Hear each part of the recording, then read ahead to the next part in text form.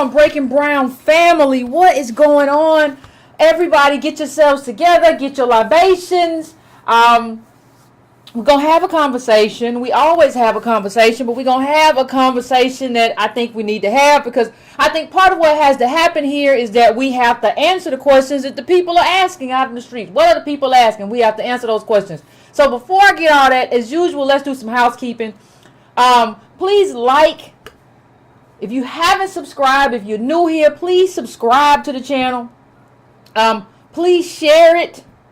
Like, share, and defend it. If you share it, don't be like, well, this is just something, Yvette said. Maybe if you email her, she might, have some answers for you. No, like there's enough that's been distributed for you to be able to, this is the second phase now. The second phase isn't just sharing. The second phase is defend that stuff on your page. And if people get too wild, and you might have to just block them. We have to draw boundaries. That's what we're about. So please take care of that. Go to subscribetobrown.com and just add yourself to my mailing list. If I'm not going to be around, if I have to miss a show, if I'm traveling, if I'm sick, whatever, that's where I usually put it at. If I send it out. And I don't spam you. I rarely actually use that. So please do that. Also, please make sure you hit the bell. There's a little bell there. Hit that bell so that you'll know when I'm on and when I'm coming on, and you won't have to just be like, I thought she was going to be here. I was going to be here right this time. You get a little notification so that you get the notifications. Please do that. If you can't do anything else, please do that. We gotta have a conversation, everybody. We I'm trying to just give people time to kind of flow in, but we have to have a conversation about, we have all these kind of side conversations about why we can't do the same things that white people do. Why can't our millionaires or billionaires do the same thing for us that white millionaires and billionaires do for other groups? And so let me just put this up so you have a context for what we're talking about. This article, this was an article. If you're at your laptop right now, even at your phone, YouTube, pull it up. And the title is, there are many rich minorities. First of all, I hate that minority thing. It just throws you into the category of brown people. So I hate that, first of all. But there are many rich minorities. Second of all, when you read a title like that, what I need you to do is quantify many. See, because when somebody says many, they need to tell you what many means. What does many means? How many are there? How many are they worth? How much are they worth in comparison to their white peers? See, that's how I need everybody to look. When we talk about solutions, that's how I need you to look at an article. When you look at an article, when you look at headlines, we haven't even gotten to the body of the article yet. We haven't even got to the content of anything. We're just going by the headline. I need that to start popping in terms of how we make analysis. Well, let me just read it. There are many rich minorities. So why are there no black Koch brothers? I called them the Koch brothers for such a long time. But why are there no black Koch brothers? That's the correct pronunciation, am I right? Listen. One of the things that we have to do, one of the things that we thank you, not your typical Negro. Decatur, where is great. Appreciate you. One of the things that you have to do, and nobody wants to talk about this. I thought it was Koch too. One of the things that we have to do, and nobody wants to talk about this, we have to get our analysis together. Now, nobody wants to hear analysis when we talk about these Koch brothers, right? Nobody wants to hear any kind of or anything that we do. We don't want to do that. What we like to do is say, well, we should just replicate this wheel, and we have millionaires too, and we have people too, so why aren't we able to replicate and do what they're doing? But what you have to understand is that in order to do, and I'm just going to put it out there, in order to do what white people do, in order to play politics how white people play it, you got to have white dollars. And so what occurs to me as I'm reading this article, I don't see very much in terms of numbers or charts. It's just kind of you interview people and they start saying that this is something that should happen and we should do better and we should play the game. But this game is a money game. It's not a game that's played with fake money. Nobody gives you a check. This is how the game is played. So I want to use a post from Antonio Moore to kind of, and I'm gonna put it up just to kind of provide some context for like what's happening. And I'm gonna read from it. Black wealth is largely misunderstood, and black striver personas are too often built on that confusion. Out of 40 million blacks, 20 million largely live below the very low poverty level, with the bulk of the remaining black families being working class poor by asset level. The middle income for a black family of 4 being $35K with little to no assets. Only 380,000 black families are worth even a single $1 million, all assets included. Understand, to be in that elite group of less than a few percent of black homes, you only need a pension and a home worth $1 million together, and then can literally have 60K liquid and be in this group of the best financial unicorns of African Americans. Also, these are largely baby boomers, retirees. Despite what's been showed on social media daily, there is no critical mass of working age blacks doing well economically. Now, I'm just giving you context. I'm giving you context for what I'm about to give you. I'm giving you context for the Koch brothers, with revenues of $115 billion in 2013.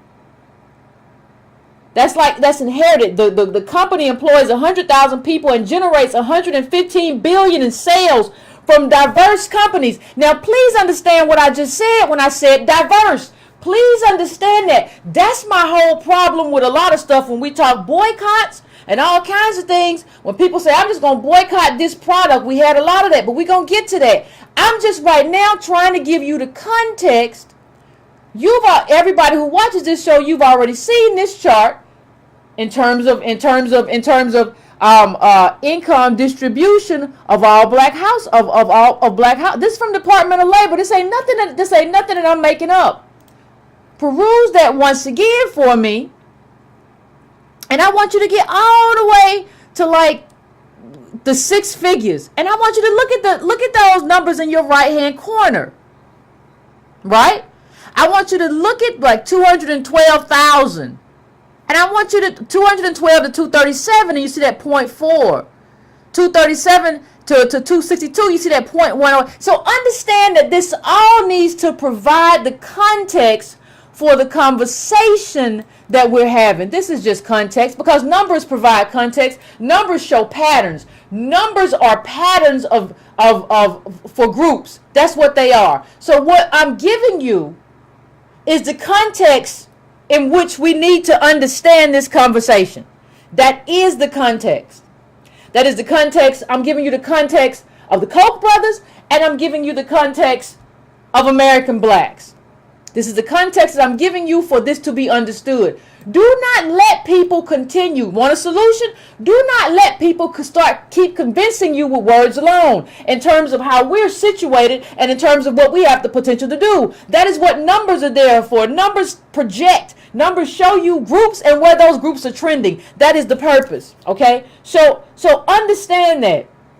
Koch, and I want to put up something because Koch Industries, they inherited. Now, this is inherited wealth. This is multi-generational wealth. Remember what I've always said. One lifetime is not enough. You have to have multiple lifetimes. And that's why those of us who are having this discussion should be in favor of an estate tax that takes money away and prevents the Koch brothers from ever becoming as powerful as they have become. But I don't want to get off topic. Understand that Koch Industries manufactures everything from fertilizers and Dixie cups to asphalt, right? Understand that. Now I'm going to put up something else. This is why. Remember, they had a problem. Remember this? Do y'all remember this? They were going to boycott. And this is just stuff that this doesn't include. I'm going to put up the full list in just a second. But when they were trying to boycott the Koch brothers, Somebody put a list of a lot of the stuff that's in your grocery store. Understand that when I put up the full list, when you talk about Angel Soft, Brawny, Dixie, Mardi Gras, Quilted Northern, Soft and Gentle, Sparkle, Vanity Fair, when you talk about wood, you talk about Georgia Pacific, plywood, textiles, plastics, Polyguard, Stainmaster, Dockhorn, Lycra, Coolmax, Solamax, Thermalite, chemicals, coal and oil, crude, oil processing, Flint Hills Resources, and lots of other commodities, nitrogen. Come on, people. So this is what we run up against. When you start talking about why can't our billionaires be their billionaires? When you start having that conversation, they even put up an app. Here was the app they put up. Want to boycott the Koch brothers products while shopping? There's an app for that. That's how complex. See, the app reveals to you how complex their industries are, how complex their business is, how immersed into global wealth they are. That's what the app tells you. And that's what I mean when I say it's not 1965 anymore. You can't just do a bus. Boy, I tell you, they just keep coming. The people just keep coming and trying to knock down the live stream. Oh, we back up, ladies and gentlemen. Just give me an amen, in the chat, and let's see if we back up. I tell you the truth. You just keep going down and down and down and down and down. But on that, I got a new modem. I just haven't had a chance to put it in, so maybe that'll help. I don't know. I talked to the cable company. They say I have the fastest speed available in my area. So we shall see. We shall see. We shall see. We shall see. Anyway, what I want to say is, getting back to what we're talking about in terms of these Koch brothers, what you have to understand, first of all, I just put up the chart that, just replay this in case anybody missed it, the app that they had for how you boycott them. And so you begin to understand why that boycott didn't really work. Right? And what you also begin to understand is that our millionaires, let me put this while we're talking about this. I'm going to run this list of what they own. I'm going to run it straight up and down because that's what you need to provide this kind of context. That's just what you need. So let's just run it. All right? I'm just going to run it all the way through. So just so you can see, just take your time. Look at it and see what you see. Angel Soft, Quilted Northern, Z Napkins. What is that? Dacron fiber? Oh, that's interesting. Tactile fiber, stuff I've never even heard of.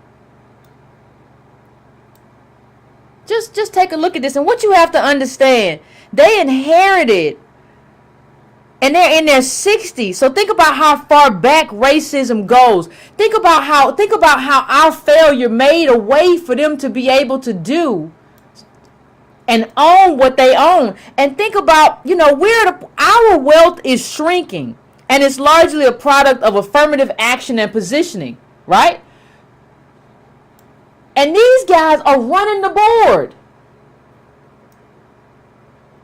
Running the board. That's what they're doing. Like, I'm still not finished with the chart. How long? Like, look at what they have. They own fibers. Like, this is what it means to run an industry.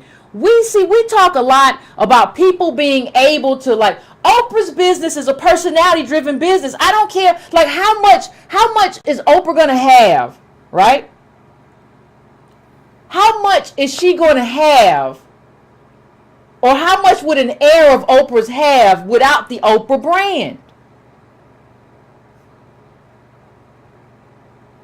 You have to ask yourselves that, because everything is built like, that's what I mean when I say all money's not the same. I'm not just saying that just to down Oprah or anything like that. What I'm saying is that everything is not the same. She has a brand that's driven on her personality. Michael Jordan has a brand, because they bring this up in the article. But Michael Jordan has a brand that's kind of built on, like, him having been Michael Jordan, a basketball player. That's not what it means to be these people and have fibers and all kind of energy and all this stuff.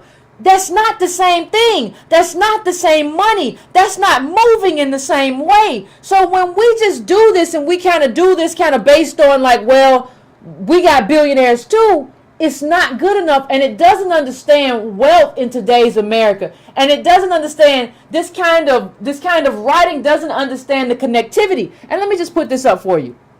Media mogul, when they try to talk about it, media mogul, this is from the same article. Media mogul Oprah Winfrey is worth nearly $3 billion. Basketball legend, businessman Michael Jordan 1.65. Philanthropist, billionaire, businessman and philanthropist Robert Smith, $4 billion. Those are your black billionaires.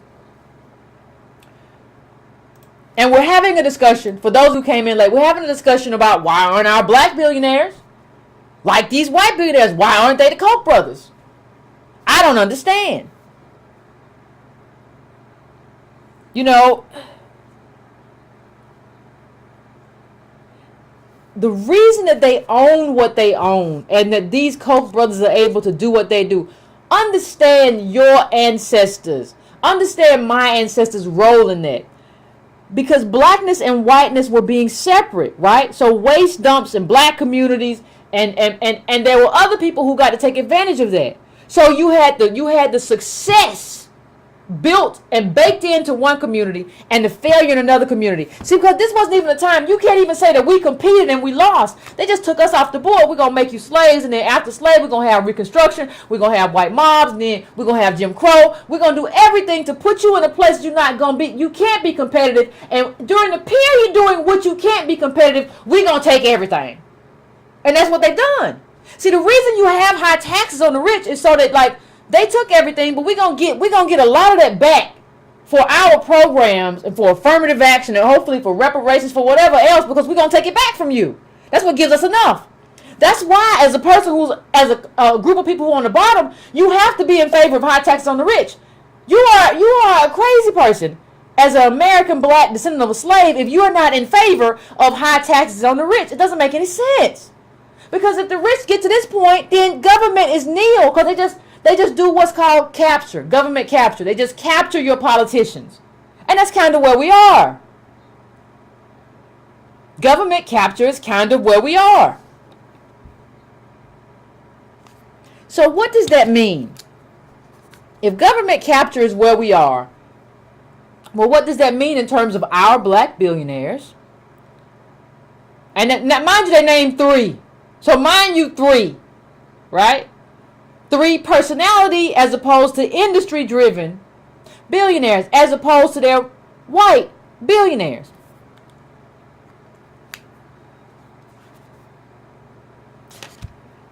So here's what it means.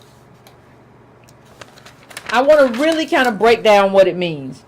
Let me see if I can get this chart for you, because there's no other way to kind of do it. What we have to do in terms of understanding wealth, one of the things that we tend to think, and I said this before, but I understand there are new people, and we have to keep saying this. Wealth is a web. If you don't understand anything else from anything I say, please understand that wealth is a web. It's not 3 black people. It's a web of social capital, a bunch of generational, intergenerational, multi-generational wealth over time in kind of like a hive. That's what wealth is.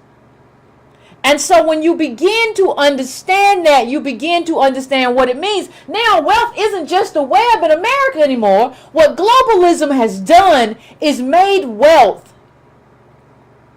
kind of this thing where you don't even have to have or deal with your home country. Because see, remember, just think or read back. There used to be a time when before this whole globalism and you could have factories everywhere, there was a time where you had to deal with the suffering people in your country because there was a labor movement. Thank you, Darlene. There was a labor movement, and there were people who wanted a 40-hour work week, and you had to get that labor from your country. You couldn't just offshore it somewhere. So there's a very, very good There's a good, it's the article's from like 2016. But if you, I mean 2011. But if you get a chance, please check it out. If you get a chance, please check it out. And there's a book that goes along with it. I'm just now reading this book, and everything is worse than in this book. But this book was a great precursor for what's happening now in the conversation that we're having now. It's plutocrats. But let me just give you a quote from the book, which just brings home everything I'm trying to say. It says, perhaps most noteworthy, and when it says they, the rich, the super rich, they are becoming a trans-global community of peers who have more in common with one another than with their countrymen back home. Whether they maintain primary residences in New York or Hong Kong, Moscow, Mumbai, today's super rich are increasingly a nation unto themselves. Right? A nation unto themselves. A nation unto themselves. That's who the Koch brothers are. They're navigating within that space of billionaires throughout the globe. And this is a list. And this includes other billionaires as well. And this is in pounds, but understand that the pound to dollar is like what, 1 to 1.3? So I want you to take a moment as we provide context. And I want you to look at this list. The Koch brothers are on here. But I want you to look at this list and look at how many of these, we're only looking at the top 4, they're in America. Top 4 off top in America. Off the top. And you can ask yourself, or you can ask me, or you can ask anybody else, well, Yvette, I don't understand. I don't understand. This is the